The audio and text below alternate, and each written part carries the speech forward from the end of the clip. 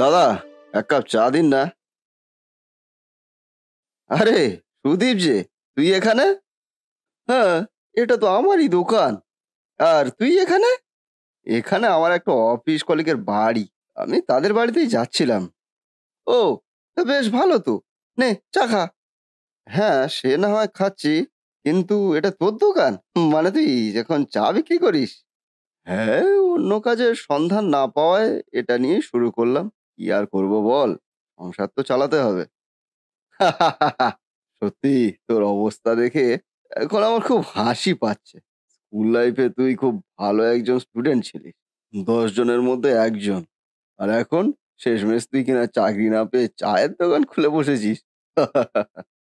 হুম, কি আর করবো বল, আমি তো আর পড়াশোনাটা শেষ করতে পারিনি।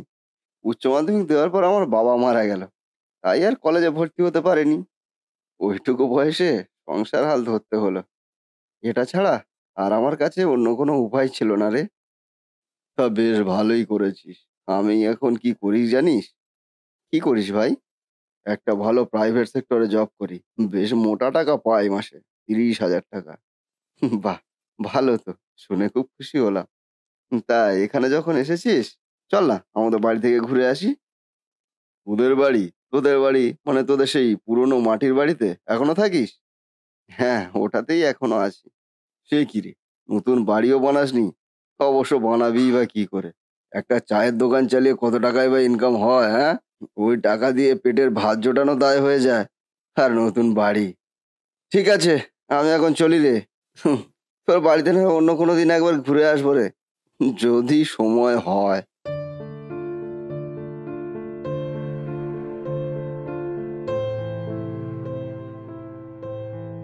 কই গো, কোথায় গেলে?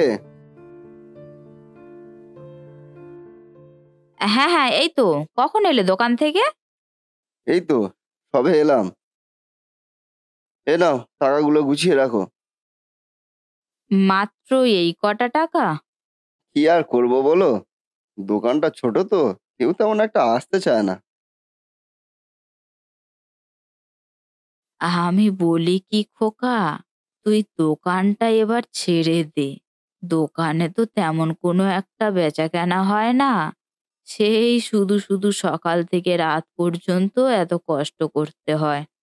এর থেকে দোকানটা ছেড়ে দিয়ে অন্য একটা কাজের সন্ধান কর। তাতে হয়তো কিছু লাভ হলেও হতে পারে।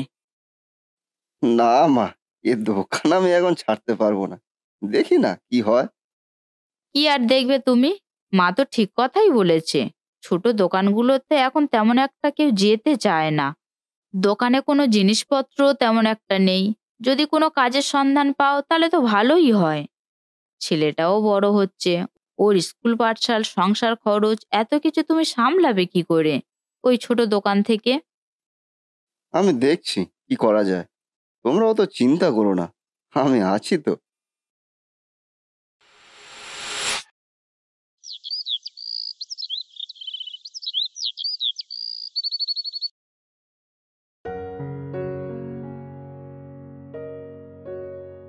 সুদীপ, দোকান খুলেছো? যাই হোক, এত সকালে তো কেউ এখনো দোকানই খোলেনি। সকাল সকাল একটু চা না হলে কি কাজে বেরোনো যায় বলো তো? হ্যাঁ কাকা, বসো, এই তো চা দিচ্ছি। হ্যাঁ হ্যাঁ, দাও দাও, এই সাথে দুটো টোস্টও দিও। হে নাও কাকা, চা। তোমার দোকানে খবরের কাগজ রাখো না সুদীপ? না কাকা, খবরের কাগজ তেমন একটা রাখা হয় না। সে কি গো, রাখোনি খবরের কাগজ? রাখলে একটু ভালো হতো। এই প্রতিদিনের নতুন নতুন খবরগুলো একটু জানা যেত। এখানে তো কেউ খবরের কাগজই রাখে না। ঠিক আছে কাকা, আমি পরের দিন থেকে এই খবরের কাগজ রাখার চেষ্টা করব। হুম হুম, রেখো রেখো। রাখলে খুব সুবিধা হয় গো।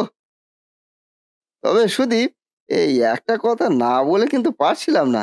এই তোমার চায়ের স্বাদটা কিন্তু দিন দিন বেড়েই চলেছে। কত সুন্দর চা বানাও কিন্তু তুমি আজকাল। সবই তোমাদের আশীর্বাদে কাকা।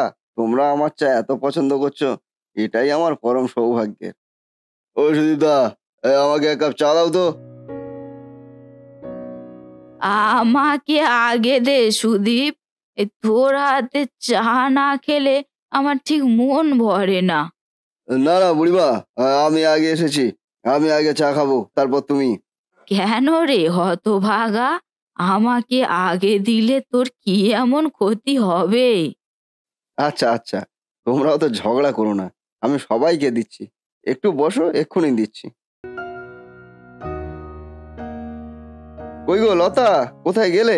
এই এসো তাড়াতাড়ি, এদিকে এসো। কি হয়েছে গো? তুমি এত চিৎকার করছো কেন? আর তোমার আজকে এত দেরিই বা হলো কেন? আরে বলছি বলছি, সব বলছি। তার আগে এই টাকাগুলো ধরো দেখি তাড়াতাড়ি। বাপরে! এত টাকা? এত টাকা তুমি কোথায় পেলে? আরে কোথায় আবার, এটা আমার রোজগারের টাকা। আজকে দোকান থেকে এই টাকাগুলো ইনকাম হয়েছে। আমার হাতের চা এখন মানুষজনের খুব পছন্দ হয়েছে, বুঝলে? সত্যি বলছো? এতগুলো টাকা তোমার ইনকাম হয়েছে আজকে? তবে কি ভগবান এতদিনে আমাদের দিকে মুখ তুলে তাকিয়েছে? হ্যাঁ গো, ভগবান আমাদের ডাক শুনেছে গো। তুমি আর দেরি করো না, তাড়াতাড়ি আমাকে খেতে দাও, এক্ষুনি দোকানে বেরিয়ে যাবো। সে কি গো? এই তো এলে, একটু বিশ্রাম নেবে না? এক্ষুনিই বেরোতে হবে? আরে হ্যাঁ, তুমি বুঝতে পারছো না, একবার খরিদ্দার ফিরে গেলে আর আসতে চাইবে না। তাই আমাকে এক্ষুনি দোকানে বেরোতে হবে গো। তা বেশ, যেটা ভালো হয় করো। বুঝলে মা, ভাবছি দোকানটা এবার একটু বড় করব। ওই ছোট দোকানে লোকজন বসতে দিতে পারছি না গো। তা বেশ তো, তাড়াতাড়ি কাজে লেগে পড় তাহলে। হ্যাঁ গো মা, আর এবার শুধু চা নয়, চায়ের সাথে অন্য খাবারের ব্যবস্থাও থাকবে। নিজেই, এই যেমন পকোড়া, এগরোল, চাউমিন, আরো অনেক কিছু। বাহ! তাহলে তো বেশ ভালোই হবে। আর এবার থেকে তাহলে আমরাও কাজে লেগে পড়ব। তোমার একার পক্ষে তো এত বড় দোকান সামলানো খুব কষ্টকর হয়ে উঠবে। তাই আমরা সাহায্য করলে তোমারও একটু উপকার হবে।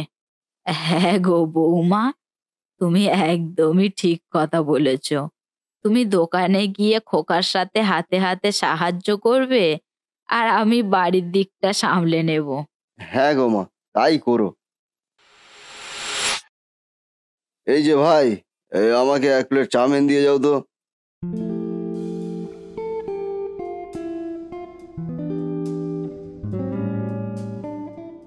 আরে সুদীপ, তুই তুই এখানেও?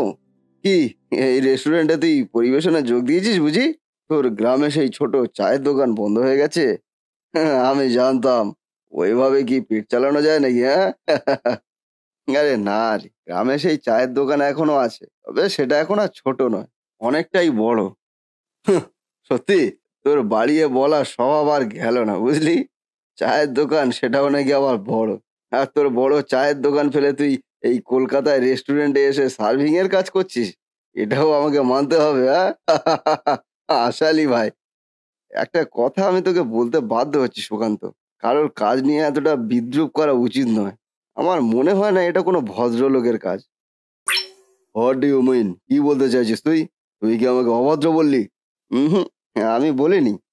তোর ব্যবহারই তোকে চিনিয়ে দিয়েছে। নিজেকে তুই শ্রেষ্ঠ বিশাল কিছু ভাবছিস। তুই একজন অহংকারী মানুষ। তুই মানুষের অর্থ, পোশাক-আশাক দিয়ে বিচার করার চেষ্টা করিস, হ্যাঁ? কিন্তু তুই এটা জানিস না, একজন চাওয়ালাও লাখ লাখ টাকার মালিক হতে পারে। কে কখন কোথা থেকে যে কোটিপতি হয়ে যেতে পারে, এটা কেউ বলতে পারে না। আর তোর মতো অহংকারী মানুষ তো দূরেই থাক। তার মানে কি বলতে চাইছিস তুই?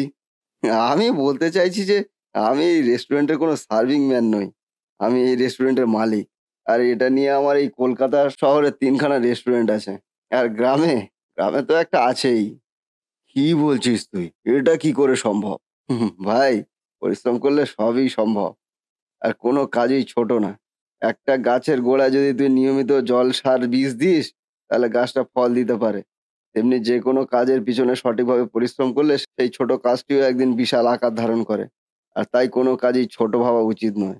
আমার ভুল হয়েছে রে সুদীপ। আমার মানুষ চিনতে বড্ড বড় ভুল হয়ে গিয়েছিল। আসলে তুই ঠিকই বলেছিস। টাকার অহংকারে আমি একেবারে অমানুষ হয়ে গিয়েছিলাম। মানুষকে মানুষ বলে মনে করতাম না। আর তাই হয়তো উপরওয়ালা আমাকে তার শাস্তিও দিয়েছে। আমার যে চাকরিটা চলে গেছে রে। একটা মিথ্যা কেসের উপর ভিত্তি করে কোম্পানির মালিক আমাকে চাকরি থেকে বরখাস্ত করেছে। এখন আমি কোনো কাজও খুঁজে পাচ্ছি না। অনেক চেষ্টা করেছি। কেউ আমাকে কোনো কাজেই নিতে চাইছে না। দেখেছিস তো বন্ধু, অহংকারের ফল এভাবেই পেতে হয়। তবে যে তুই এখন যে তোর নিজের ভুলটা বুঝতে পেরেছিস, এটাই অনেক। আমি উপরওয়ালার কাছে প্রার্থনা করি যাতে তোর সবকিছু আবার ঠিকঠাক হয়ে যায়। শুধু সৎ পথে বাঁচার চেষ্টা কর ভাই। দেখবি তোর সাথে কখনোই খারাপ হবে না।